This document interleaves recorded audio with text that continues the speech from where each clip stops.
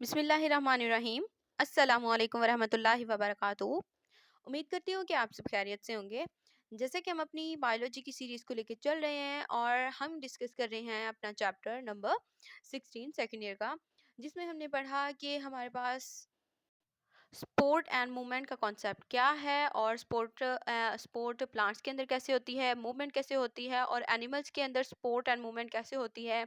और हमने different movements को डिस्कस किया और इसके अलावा हमने स्केलेटन को डिस्कस किया। स्केलेटन में हमने कुछ मेजर टाइप्स को डिस्कस किया, जैसे एक्सोस्केलेटन, एंडोस्केलेटन, एक्सेट्रा, और बोन, कार्टिलेज, ये सारा कुछ हमने डिस्कस किया। और इसके अलावा हमने पढ़ा था कि ह्यूमन स्केलेटन क्या होता है। ठीक है, तो आज का हमारा टॉपिक है कि मसल्स क्या होते हैं। मसल्स की बेसिकली कुछ टाइप्स यहाँ पे हम डिस्कस करेंगे। फर्स्ट ऑफ ऑल हम देख लेते हैं कि मसल्स क्या है। मसल्स क्या होते हैं? मसल्स जो होते हैं मल्टीसेलुलर एनिमल्स के अंदर होते हैं और ये स्पेशलाइज्ड सेल्स होते हैं जो कि मूवमेंट के लिए यूज होते हैं। इनके पास क्या होता है? इनके पास कुछ फिलामेंट्स होते हैं, स्पेशल प्रोटीन होती हैं जैसे एक्टिन और मायोसिन। और वर्टिब्रेट्स जो हैं उनमें बेसिकली 3 तरह के मसल्स होते हैं। वो कौन से होते हैं muscles? Smooth muscles, skeletal muscles and cardiac muscles. First of all हमारे पास स्मूथ मसल्स। स्मूथ मसल्स क्या होते हैं? स्मूथ मसल्स क्या होते हैं कि ये अर्लीस्ट फॉर्म है मसल्स की जो कि इवॉल्व हुई थी through out the animal kingdom. Animal kingdom से ये जो मसल्स हैं उनका पता चला था या फिर वहीं से इवॉल्व हुए थे। स्मूथ मसल्स जो होते हैं वो लॉन्ग होते हैं, स्पिंडल शेप होते हैं। वो क्या होता है इनके पास न्यूक्लियस होता है। इनमें स्ट्रेशंस नहीं होती और ये क्या करते हैं? वॉलंटरी कंट्रोल नहीं करते। जितने भी वॉलंटरी रिएक्शंस होते हैं, एक्शंस होते हैं, जैसे हमने वॉलंटरी पढ़ा था कि जो सडन रिएक्शंस होते हैं, और सॉरी, जो ऐसे रिएक्शन जो एक इंसान के कंट्रोल में हो, जो एक एनिमल के कंट्रोल में हो, वो होते हैं वॉलंटरी, और जो कंट्रोल में ना हो वो होते हैं इनवॉलंटरी। फॉर एग्जाम्पल हमारी आईलैशेस का मूवमेंट जो है, ये क्या है? इनवॉलंटरी है, क्योंकि ये हमारे कंट्रोल में नहीं है। और हमारे हैंड्स, फीट और ये चलना फिरना, ये सारा किस में आता है? ये वॉलंटरी में आता है, जिसको हम कंट्रोल कर सकते हैं। अच्छा, स्मूथ मसल्स जो होते हैं ना, वो विजुअल होते हैं, नॉन स्ट्रिएटेड होते हैं, इनवॉलंटरी होते हैं। और इसके अलावा ये क्या होते हैं? ये मसल्स जो है ना, ये होते कहाँ पे हैं? ये मसल्स पाए जाते हैं ब्लड वेसल्स में, डाइजेस्टिव ट्रैक में और दूसरे कुछ ऑर्गन्स के अंदर। तो ये थे हमारे पास बेसिकली स्मूथ मसल्स। नेक्स्ट है हमारे पास कि हमारे पास कार्डियक मसल्स क्या होते हैं। कार्डियक मसल्स जो होते हैं, कार्डियक निकला है कार्डियोवैस्कुलर सिस्टम से, वो किसका होता है? हार्ट का होता है। ठीक है, तो ये मसल्स कहाँ पे होते हैं? ये हार्ट के मसल्स होते हैं। ये क्या करते हैं? ये मोस्टली इनमें जो मैस होता है वो किस कहाँ पे होता है? हार्ट वॉल्स में होता है। और हार्ट मसल्स जो हैं ये क्या करते हैं? ये ना एक सिंगल सेल की चेन से बने होते हैं। इसमें क्या होता है? इसमें इनका भी अपना एक न्यूक्लियस होता है और चेन ऑफ सेल्स होती है जो कि ऑर्गेनाइज होती है फाइबर्स के अंदर। ये ब्रांच होता है और इंटरकनेक्टेड होते हैं। मतलब ये जो मसल्स होते हैं ना, ये कार्डियक मसल्स, ये एक दूसरे से क्या होते हैं? इंटरकनेक्टेड होते हैं और ब्रांच की फॉर्म में होते हैं। अच्छा, ये क्या होते हैं? ये स्ट्रिएटेड होते हैं और इनवॉलंटरी होते हैं। स्मूथ मसल्स में हमने क्या पढ़ा था?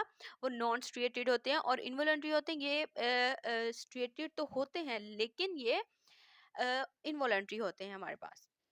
नेक्स्ट हमारे पास स्केलेटल मसल्स, जो कि बेसिक टाइप है मसल्स की, इसको हम थोड़ा सा डिटेल में पढ़ेंगे। इसमें क्या होता है? ये मसल्स जो हैं ये स्केलेटन के साथ अटैच होते हैं और मूवमेंट के लिए हेल्प करते हैं, जैसे बोन्स के साथ अटैच होते हैं।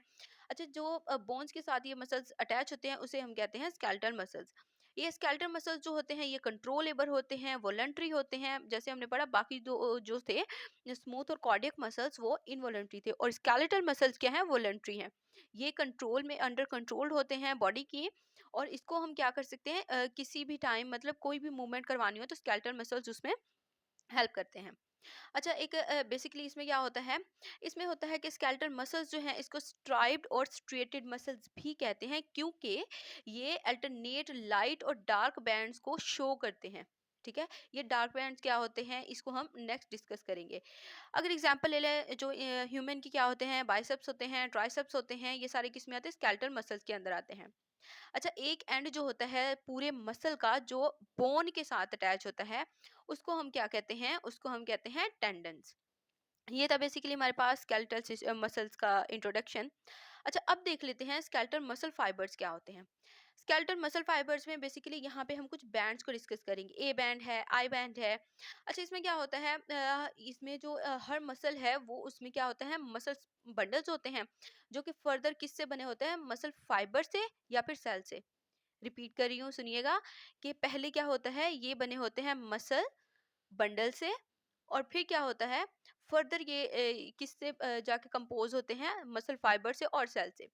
अच्छा, इसके अलावा ये है कि इसका जो हर मसल है वो लॉन्ग होता है, सिलेंड्रिकल होता है, और इसके अलावा न्यूक्लियाई ओवल ओवल शेप का न्यूक्लियाई होता है इनके पास, जो कि कहाँ पे होता है, सार्कोलीमा के नीचे होता है। ठीक है। स्केलेटल मसल फाइबर जो है वो ह्यूज सेल्स होते हैं। इनका डायमीटर जो है 10 to 100 माइक्रोमीटर मीटर होता है। और इसमें क्या होता है कि सार्कोप्लाम जो है, जो हमने पढ़ा सार्कोलीमा। ठीक है। सार्कोप्लाम क्या होता है, मसल फाइबर्स का ये सिमिलर होता है जैसे कि साइटोप्लाम होता है। जैसे एक सेल का वो होता है ना, साइटोप्लाम होता है, वैसे स्केलेटल मसल फाइबर्स में क्या होता है, सार्कोप्लाम होता है। और नेक्स्ट है कि इसमें क्या होता है, large amount of stored glycogen होती है, मतलब ग्लाइकोजन स्टोर होती है इसमें, यूनिक ऑक्सीजन बॉन्डिंग होती है, प्रोटीन होती है, मियोग्लोबिन होती है, और रेड पिगमेंट्स होते हैं जो कि ऑक्सीजन को स्टोर करते हैं। ये कुछ बेसिक चीजें थी इसके अंदर। अच्छा, नेक्स्ट हमारे पास कि इसमें बैंड्स का क्या रोल होता है और ये बैंड्स क्या होते हैं।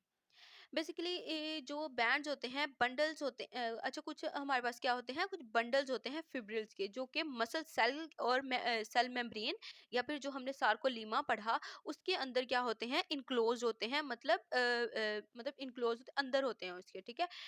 और मियोफिब्रिल जो है इसके पास स्मॉलर कंट्रैक्टाइल यूनिट्स होते हैं जिसको सार्कोमेयर कहते हैं। सार्कोलीमा, सार्कोप्लाम और सार्कोमेयर का डिफरेंस आपने याद रखना है। सार्कोमेयर क्या होते हैं, ये मायोफिब्रिल्स होते हैं जो कि स्मॉलर कंट्रैक्टाइल यूनिट्स बनाते हैं। वो क्या होता है, सार्कोमेयर होता है। हर सार्कोमेयर के अंदर एक डार्क बैंड होता है और एक लाइट बैंड होता है। ठीक है। जो डार्क बैंड होता है उसको ए बैंड कहते हैं, जो लाइट बैंड होता है उसको आई बैंड कहते हैं। आई मीन आइसोट्रोपिक और ए मीन एन आइसोट्रोपिक। ठीक है। इसमें आइसोट्रोपिक और एन आइसोट्रोपिक का कॉन्सेप्ट आपने याद रखना है। ए फॉर एन आइसोट्रोपिक और आई फॉर आइसोट्रोपिक। और इसके अलावा इसमें क्या है, इसमें एक एज जोन होता है और इसके अलावा एम लाइन होती है। यहाँ पे पिक्चर में मैं आपको दिखा देती हूँ, ये है। इसमें क्या होता है, इसमें देखिए हमारे पास क्या है, ऊपर जो है मेन स्केलेटल मसल है। ठीक है। और ये देखिए सार्कोमेयर कहाँ पे है, इसके बीनीथ साइड पे है। ठीक है। और इसके अलावा नीचे जो बैंड्स बने हुए हैं, म्योफिब्रिल्स हैव मैनी सार्कोमेयर्स, ये बहुत सारे सार्कोमेयर्स हैं। ये जो देखिए सार्कोमेयर को यहाँ से निकाल के, ये जो ब्लैक वाली पिक्चर है ना, यहाँ पे इसको ये खोल के एक्सप्लेन किया हुआ है। ठीक है। फिर नेक्स्ट बताया हुआ है कि सार्कोमेयर जो है वो रिलैक्स्ड होते हैं। अच्छा, ये बैंड्स किस में है, ये बैंड्स बेसिकली सार्कोमेयर के अंदर है। ठीक है। ये देखिए कुछ लाइट बैंड है, कुछ डार्क बैंड है। ये जो अच्छा, जो डार्क बैंड है उसको मायोसिन फिलामेंट कहते हैं, और जो लाइट बैंड है उसको एक्टिन फिलामेंट कहते हैं। एक्टिन और मायोसिन फिलामेंट का कॉन्सेप्ट आपने यहाँ पे याद रखना है। और इसके अलावा है, ये जो लाइन होती है, ये जो लाइट बैंड की लाइन होती है। ठीक है।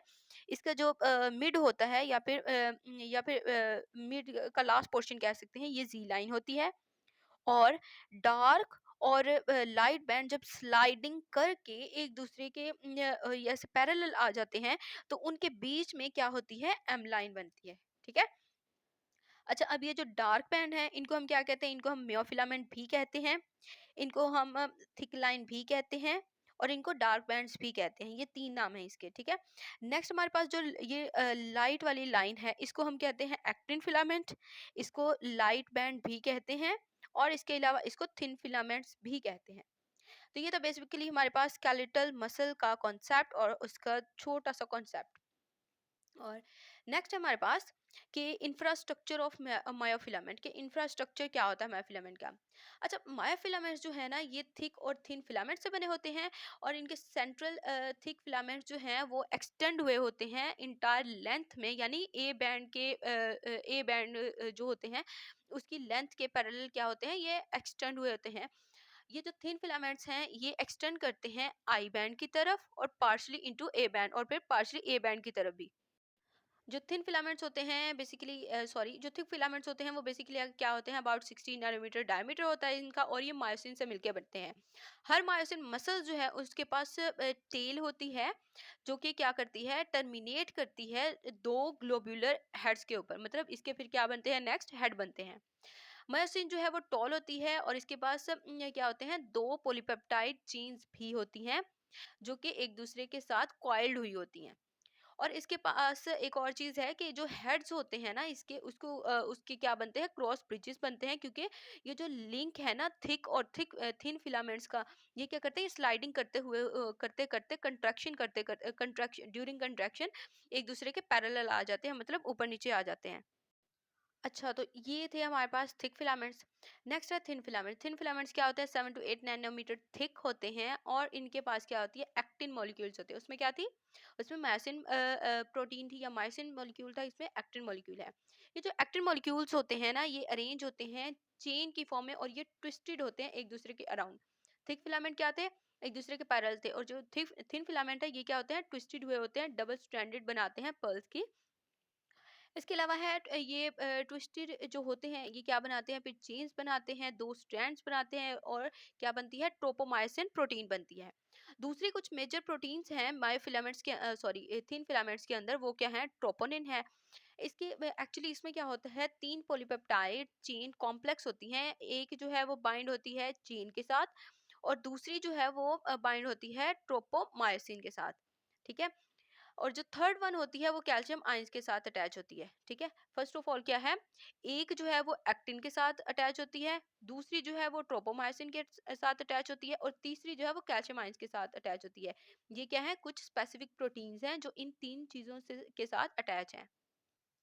मायोसिन फिलामेंट्स जो है उसको कवर किया होता है सिक्स एक्टिन फिलामेंट्स ने उसके हर एंड के ऊपर।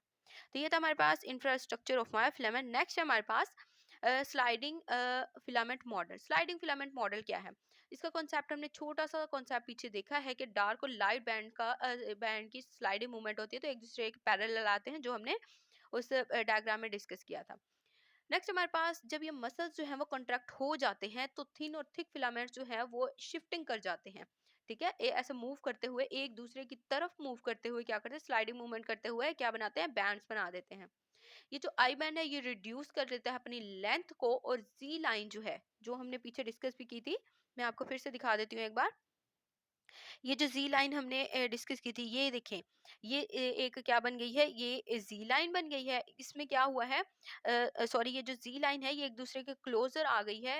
ये हुआ कैसे, क्योंकि आई और ए बैंड यानी थिन और थिक फिलामेंट जो है उन्होंने क्या किया, उन्होंने मूवमेंट की है।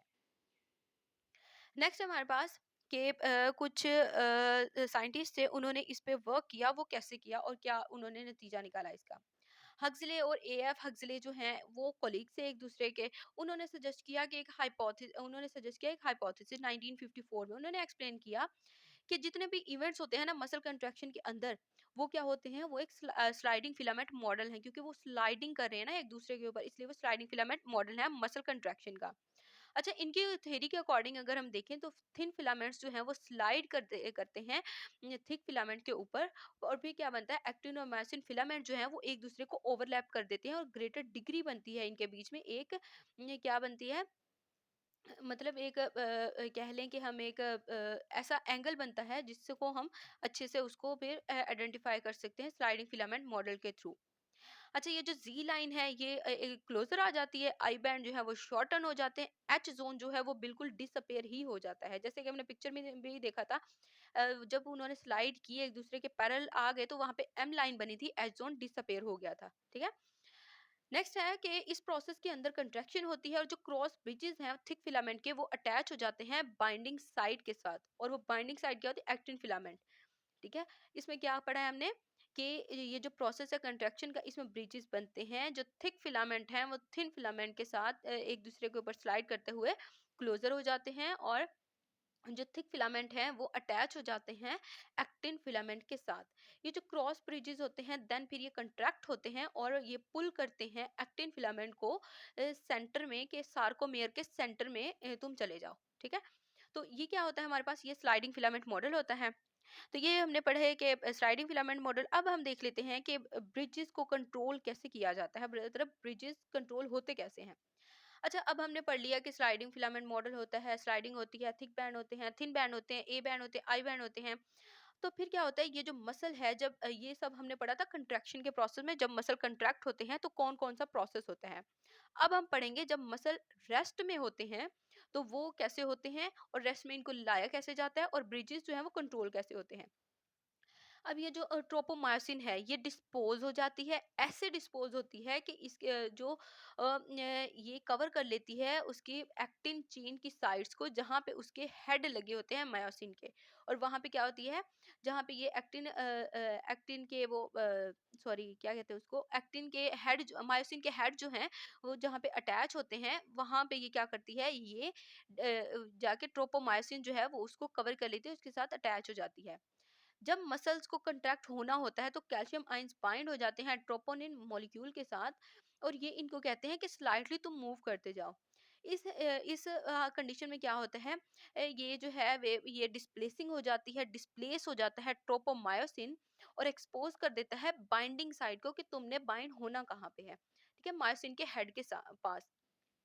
एक बार जब ये मायोसिन हेड जो है ये अटैच हो जाए एक्टिन फिलामेंट के साथ, तो एटीपी हाइड्रोलाइज होता है, और ब्रिजेस जो है वो अपना साइकिल ऐसे ही कंटिन्यू रखते हैं। हमने क्या करना था, बेसिकली एटीपी हाइड्रोलाइज करवाया यहाँ पे। ये एटीपी जो है ये लार्ज नंबर ऑफ माइटोकॉन्ड्रिया क्या होते हैं इसमें, ये कैसे हमें प्रोवाइडेड होता है, by the large number of mitochondria present in each muscle cell, ठीक है। तो ये था हमारे पास कि ब्रिजेस कंट्रोल होते कैसे हैं। नेक्स्ट हम पढ़ेंगे controlling the actin myosin and interaction by calcium ions. अब हमने पढ़ा, एक्टिन पढ़ा, मायोसिन पढ़ा, और कैल्शियम आयंस की मूवमेंट पढ़ी। अब हम पढ़ेंगे कि कंट्रोल कैसे करते हैं एक्टिन मायोसिन इंट्रैक्शन को कैल्शियम आयंस के थ्रू। तो जैसे कि हमने पढ़ा कि मसल कंट्रैक्ट करते हैं और नर्व इम्पल्स जो है वो अराइव होती है, और न्यूरोमस्कुलर जंक्शन बनती है, ठीक है, क्या बनती है, न्यूरोमस्कुलर जंक्शन। ये सारे के सारे फाइबर जो हैं ये इनर्वेटेड होते हैं एक सिंगल मोटर न्यूरॉन के साथ, जिसको जो कि क्या है, मोटर यूनिट कहते हैं, जिसको ये कंट्रैक्ट करते हैं, और ये रिस्पॉन्स करते हैं एक्टिन पोटेंशियल को, कि मोटर न्यूरॉन एक्टिन पोटेंशियल को बाय द मोटर न्यूरॉन्स। और वो मोटर न्यूरॉन्स क्या करते हैं, रिस्पॉन्स प्रोड्यूस करते हैं किसी भी एक्शन के रिस्पॉन्स में। जो सार्कोलीमा होता है मसल फाइबर का, वो पेनिट्रेट कर जाता है सेल के अंदर और एक होलो इलोंगेटेड ट्यूब बनाता है, जिसको हम ट्रांसफर ट्यूब कहते हैं। या फिर टी ट्यूब्यूल होती हैं इसके ऊपर, इसके अंदर जो क्या करती हैं, continuously extra extra cellular fluid जो है उसमें उसको क्या करती हैं, वो कंटिन्यूस रखती हैं। और इसके अलावा थाउजेंड ऑफ टी ट्यूब्यूल्स बनती हैं, और हर सेल के पास कलेक्टिवली कुछ एक टी ट्यूब्यूल्स का सिस्टम होता है, जिसे हम टी सिस्टम कहते हैं। ये एक्सटेंड कर जाती है, और ये मेयोफिलामेंट को इंसर्कल कर लेती है जी लाइन के ऊपर। तो ये थे हमारे पास कंट्रोलिंग द एक्टिन फिलामेंट्स। और इसके अलावा कुछ और भी है कि इसको अगर हम और थोड़ा सा एक्सटेंड करना चाहें तो हम क्या कहेंगे कि ये जो है ये टी सिस्टम है, ये क्या करता है, ये एक्सटेंड करता है और मेयोफिब्रिल को सर्कल कर लेता है। जहाँ मेयोफिब्रिल को कहाँ से सर्कल करता है, जहाँ पे जी लाइन होती है या फिर ए और आई बैंड होते हैं। तो इसके अलावा है कि मतलब ए और आई आई बैंड की जंक्शन होती है। ये जो टी ट्यूब्यूल हैं ये टर्मिनल पोर्शन पे एडजस्ट हो जाते हैं, और एक सार्कोलिमा रेटिकुलम का क्या बनाते हैं, एक रेगुलर इंटरवल बनाते हैं, जो कि फिब्रिल की लेंथ के साथ साथ होता है। इसके अलावा है नर्व इम्पल्स है। नर्व इम्पल्स क्या करती है, नर्व इम्पल्स कैरी करती है टी ट्यूब्यूल्स को और एडजस्ट करवाती है सार्कोप्लाज्मिक रेटिकुलम पे, जिसको हम एसआरबी कहते हैं। कैल्शियम गेट्स जो हैं वो क्या करते हैं, वो ओपन हो जाते हैं और कैल्शियम को रिलीज करते हैं साइटोसोल के अंदर। और जो बाइंडिंग कैल्शियम होता है, कैल्शियम आयन होता है ट्रोपोनिन मॉलिक्यूल का, वो कहाँ पे क्या करते हैं, कैल्शियम आयन जो होता है, बाइंडिंग कैल्शियम आयन जो है वो क्या करता है, ट्रोपोनिन मॉलिक्यूल को क्या देता है, ट्रोपोनिन मॉलिक्यूल के साथ मतलब उसके साथ साथ रहता है। और इसके अलावा क्या है, ये एक बाइंडिंग साइट होती है इसकी। जैसे कि हमारे पास है एक बाइंडिंग साइट जो कि जैसे कि हमने पढ़ा था ना, डार्क और लाइट बैंड जो है जब पेनिट्रेट करते हैं वो एक्टिन और मायोसिन फिलामेंट जो है वो अब डिस्प्लेस होते हैं, तो जो एक्टिव जो बाइंडिंग साइट है वो एक्सपोज होती है। तो ये वही प्रोसेस है कि यहाँ पे क्या होता है, बाइंडिंग साइट जो है वो एक्सपोज होती है और क्रॉस ब्रिजेस बनते हैं मायोसिन के और कंट्रैक्शन जो है वो कंट्रैक्शन का प्रोसेस हो जाता है। पहले हमने पढ़ा कंट्रैक्शन, फिर हमने पढ़ा उसकी जो रेस्टिंग स्टेज में होगी फिर कैसे होगा, फिर है कि एक्टिन और मायोसिन फिलामेंट को कंट्रोल कैसे करते हैं, इनको कौन कंट्रोल करता है। इनको जो है टीटीब्यूल्स का प्रोसेस होता है इसमें, और ट्रोपोमायोसिन का प्रोसेस होता है। नेक्स्ट है हमारे पास एनर्जी फॉर मसल कंट्रैक्शन।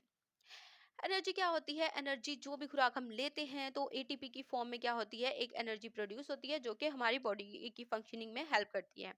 अच्छा, मसल कंट्रैक्शन के लिए एनर्जी कैसे होती है? मसल कंट्रैक्शन के लिए एनर्जी जो है वो एटीपी से आती है। एटीपी जो है वो इसको सप्लाई करता है, और एरोबिक ब्रेकडाउन होती है ग्लूकोज ब्रेकडाउन होता है। जैसे कि हमने अपने उस चैप्टर में डिस्कस किया था कि हमारे पास क्या होती है, ग्लाइकोलिसिस होती है, और उसके रिजल्ट में क्या प्रोड्यूस होता है, एटीपी प्रोड्यूस होती है। तो वही एटीपी जो है वो कंट्रैक्शन भी करवाती है। वहाँ पे क्या होता है, ग्लूकोज की ब्रेकडाउन होती है मसल सेल के अंदर, जो कि ये जो है ग्लूकोज, ये आता कहाँ से है, ये ग्लाइकोजन से आता है, स्टोर्ड ग्लाइकोजन से आता है। जब एनर्जी जो है इसमें हाई मेटाबॉलिज्म रेट आ जाता है तो ये क्या करती है, दूसरी एनर्जी को क्या करती है, स्टोर करवाती है, और क्रिएटिन फास्फेट कहते हैं इसको। अच्छा, समटाइम्स जो है जो ऑक्सीजन है, और जब ऑक्सीजन डेफिशिएंसी होती है या फिर हाई मेटाबॉलिक एक्टिविटी होती है, तो क्या होता है, प्रोलॉन्ग्ड और स्ट्रेनियस मसल जो है मसल एक्टिविटी होती है। मतलब एटीपी जो है उसको वो क्या रिक्वायर करता है, वो कहता है कि उसको क्या चाहिए, एनारोबिक ब्रेकडाउन चाहिए ग्लूकोज की, ताकि वो बनाए एटीपी, ताकि वो एनर्जी बनाए, ठीक है। और ये एनर्जी आती कहाँ से, ये एटीपी की रिक्वायरमेंट्स पूरी कहाँ से होती है, ग्लूकोज के थ्रू होती है और लैक्टिक एसिड से होती है। एरोबिकली देखें तो ग्लूकोज से होती है, एनारोबिकली देखें तो लैक्टिक एसिड से इसकी ये रिक्वायरमेंट पूरी होती है। लैक्टिक एसिड अकुमुलेशन जो है, इससे क्या होता है, मसल फैटिग होती है। और रेस्टिंग कंडीशन में देखें तो 1/5 जो है लैक्टिक एसिड ये ब्रोकन होता है एरोबिकली, और ये एनर्जी जो है ये यूज करता है, और रिमेनिंग जो एनर्जी रह जाती है वो कितनी रह जाती है, 4/5, मतलब कि फिफ्थ में से 5 पार्ट जो है लैक्टिक एसिड का ग्लूकोज के अंदर रह जाता है। नेक्स्ट है हमारे पास टैटनी, और इससे पहले हम देखेंगे कि मसल फैटिग क्या होती है, ठीक है। ये जो टैटनी है, इससे मतलब ये आई कहाँ से है, फर्स्ट ऑफ ऑल होती है मसल फैटिग। ये सारा मसल्स का प्रोसेस पढ़ लिया हमने, मसल्स क्या होते हैं, कंट्रोल कैसे किया जाता है उनको, और उनकी मूवमेंट कैसे होती है। अब मसल फैटिग पढ़ लेते हैं। मसल फैटिग जो है ये फिजियोलॉजिकल इनएबिलिटी है, कि फिजियोलॉजिकली कंट्रैक्ट नहीं कर सकते, इनेबल होते हैं मसल्स कंट्रैक्शन करने के लिए। मसल फैटिक जो है इसके रिजल्ट में क्या होता है, डेफिसिट होती है, एटीपी की डेफिशिएंसी हो जाती है, तो कंट्रैक्शन नहीं होती। और बेसिकली हमने क्या पढ़ा, कंट्रैक्शन और रिलैक्सेशन कैसे होती है, एटीपी रिक्वायर होगा तभी मसल की कंट्रैक्शन होगी। एटीपी अगर अवेलेबल है तो कंट्रैक्चर्स होते हैं, और स्टेट जो होती है कंटिन्यूसली कंट्रैक्शन की, उसके रिजल्ट में क्या होता है, क्रॉस ब्रिजेस बनते हैं जो कि अनएबल टू डिटैच होते हैं। ये ब्रिजेस डिटैच नहीं होते हैं। एक्सेस अकोमुलेशन जो होती है, मतलब क्यों नहीं होते, क्योंकि अगर हमें एनर्जी प्रोवाइड नहीं होगी तो ये डिटैच नहीं होंगे, और मूवमेंट जो है ये इसकी रुक जाएगी।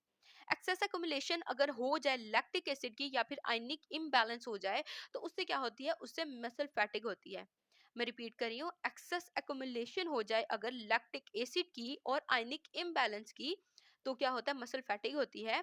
और लैक्टिक एसिड जो है, जो मसल्स की पीएच को ड्रॉप कर देता है, कम कर देता है, और ये एक्सट्रीम फैटिग हो जाती है ब्रेकिंग ऑफ ग्लूकोज से। ये थी मसल फैटिग। अच्छा, अब ये मसल फैटिग से होता क्या है, इससे दो चीजें होती हैं, एक होती है टैटनी और एक होती है क्रैम्प। टैटनी क्या होती है, टैटनी जो है एक ऐसी डिजीज है जो कि कॉज्ड होती है लो कैल्शियम इन ब्लड। अगर कैल्शियम का लेवल लो होगा ब्लड के अंदर तो टैटनी होती है।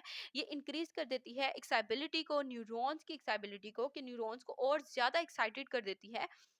इसके रिजल्ट में क्या होता है, लॉस ऑफ सेंसेशन होता है। मतलब न्यूरॉन्स जो है वो नर्वस सिस्टम के अंदर जो न्यूरॉन्स हैं जो कि मैसेजेस लेके जा रहे हैं और लेके आ रहे हैं, उनकी जो एक्साइटेड स्टेट है उसको लिमिट कर देती है, उसकी एक्साइबिलिटी को रोक देती है। इसके रिजल्ट में जो एक ह्यूमन है वो अपनी सेंसेस को लॉस कर देता है, अपनी सेंसेशन को लॉस कर देता है। इसके अलावा मसल ट्विचेस होते हैं, और इसके अलावा क्या होता है, उसमें कॉन्वोल्यूशन होती है। अच्छा, अगर ये इसको ट्रीट कैसे कर सकते हैं हम लोग? अगर ये सिस्टम अनट्रीटेड रहेगा तो क्या होता है, हमारे लैरिंक्स में स्पाम क्रिएट हो सकता है। स्पाम क्या होता है कि मतलब उसको क्या कर सकते हैं, उसको डिजीज कॉज कर सकते हैं, उसको उसकी फंक्शनिंग को इनहिबिट कर सकती है, और रेस्पिरेटरी पैरालिसिस हो सकता है, और अल्टीमेटली डेथ भी हो सकती है। ये टेटनी की वजह से है, ठीक है, अगर कैल्शियम का लेवल जो है वो लो होगा ब्लड के अंदर। नेक्स्ट है लास्ट वन डिजीज हमारे पास, जो कि है क्रैम्प। क्रैम्प क्या होती है, इसको technique construction of entire muscles भी कहते हैं। इसमें क्या होता है, ये फिर फ्यू सेकंड्स के लिए होते हैं, थोड़े से चंद सेकंड्स के लिए होती है, या फिर चंद सेकंड्स के लिए, या फिर सेवरल आवर्स के लिए भी हो सकती है। दो कंडीशंस हैं इसके लिए, मतलब कम से कम फ्यू सेकंड्स लग सकते हैं, ज्यादा से ज्यादा कुछ घंटे भी लग सकते हैं। इससे क्या होता है, मसल जो है वो टॉट हो जाता है और पेनफुल हो जाता है, ठीक है, पेनफुल, बहुत ज्यादा पेन होती है मसल्स के अंदर। ये मोस्ट कॉमन है थिन और हिप मसल्स के अंदर। ये यूजुअली क्या होती है, ये नाइट या फिर एक्सरसाइज की वजह से होती है, मतलब ये एक तो या ज्यादा एक्सरसाइज कर लें, या फिर मोस्टली नाइट कंडीशन में होती है, मतलब नाइट में होती है। और इस ये इफेक्ट क्या करती है, ये क्या करती है, रिफ्लेक्ट कर देती है लो ब्लड शुगर लेवल को, और इलेक्ट्रोलाइट डिप्लीशन होती है, डिहाइड्रेशन होती है, और इरिटेबिलिटी होती है स्पाइनल कॉर्ड की और न्यूरॉन्स की। ये बहुत ही डेंजरस हैं, तो कैल्शियम लेवल मेंटेन रखना बहुत ज़रूरी है। अदरवाइज जो है मसल फैटिग हो सकती है, और ये मोस्टली तो ये होती है, ये जो जिम्स में काम करने वाले लोग होते हैं, ये और जो एक्सरसाइज करते हैं, इनमें होती हैं ज़्यादा, और फीमेल्स में भी होती हैं, लेकिन फीमेल्स में कम होती हैं, फीमेल्स में ज़्यादा जॉइंट्स पेन एक्सेट्रा इस तरह की होती हैं, लेकिन मेल्स में ये मोस्ट कॉमन है। नेक्स्ट हमारे पास के अरेंजमेंट कैसे होती है स्केलेटल मसल्स की, और ये जो स्केलेटल मसल्स हैं फिर मूवमेंट कैसे करवाते हैं बोन्स की, सॉरी स्केलेटन जो है वो बोन्स की हेल्प से मूवमेंट कैसे करवाता है। अच्छा, अरेंजमेंट में है, स्केलेटल मसल्स जो है इसकी तीन टाइप्स होती हैं, ओरिजिन होता है, इंजर्शन होती है, और बेली होता है। फर्स्ट ऑफ ऑल जो है मसल के एंड पे क्या होता है, फिक्स होता है, वो होता है ओरिजिन। और मसल जो है जब कंट्रैक्ट करता है वो होती है, मसल जब क्या करता है, कंट्रैक्ट करता है, ठीक है। और इसके बाद है इंजर्शन। इंजर्शन जो है ये होती है, ये भी मसल के एंड में होती है, ये बोन्स को मूव करवाने में हेल्प करती है। नेक्स्ट है बेली। बेली क्या होता है, ये थिक पोर्शन या थिक पार्ट होता है, जो कि ओरिजिन और इंजर्शन के मिड में होता है, जब कंट्रैक्ट होते हैं वो दोनों।